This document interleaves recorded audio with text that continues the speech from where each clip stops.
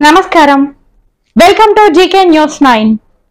శాసనసభ స్పీకర్ గడ్డం ప్రసాద్ గారి మీద జగదీష్ రెడ్డి అహంకారితమైనటువంటి మాటలు, అదేవిధంగా కేటీఆర్ అహంకారపూరితమైనటువంటి మాటలు, గతంలో మా శాసనసభ్యుడు సంపత్ కుమార్ గారిని శాసనసభ నుంచి సస్పెండ్ చేయడం, ఈ తెలంగాణ కళ సాకారం చేసినటువంటి వారిలో ముఖ్య నాయకులు మీరా కుమార్ గారికి గతంలో కేసీఆర్ గారు అపాయింట్మెంట్ ఇవ్వకపోవడం, అదేవిధంగా నేరేళ్లలో లారీల కింద దళితులు చనిపోతా ఉంటే పరామర్శిస్తా అంటే పర్మిషన్ ఇవ్వకుండా, ఇవన్నీ అహంకారపూరితంగా దళితుల పట్ల, దళిత నాయకుల పట్ల అవలంబిస్తున్నటువంటి వైఖరి ఈరోజు పూర్తి స్థాయిలో అహంకారమైనటువంటి పరిస్థితి బీఆర్ఎస్ నాయకులు కల్పిస్తా ఉంది.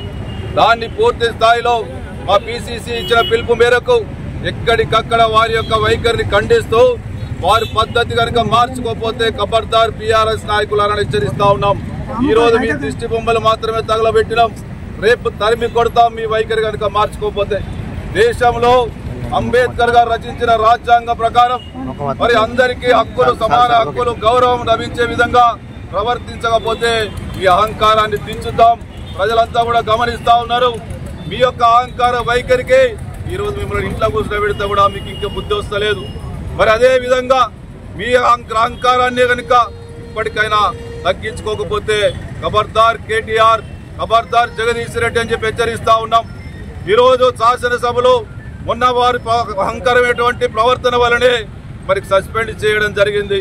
ఇదే విధమైన ప్రవర్తన కనుక మార్చుకోకపోతే శాశ్వతంగా మీ యొక్క పాత్ర శాసనసభలో ఉండకుండా ప్రజలు మీకు తీర్పు చెప్పే రోజు దగ్గరలో ఉంటుందని చెప్తా ఉన్నాం.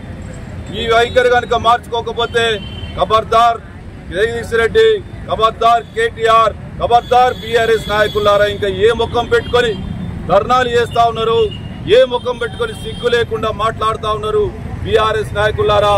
ఇప్పటికైనా బుద్ధి తెచ్చుకోమని చెప్పి హెచ్చరిస్తా ఉన్నాం. కాంగ్రెస్ నాయకులు, కార్యకర్తలు కన్నెర్రే తరిమి కొడతాం.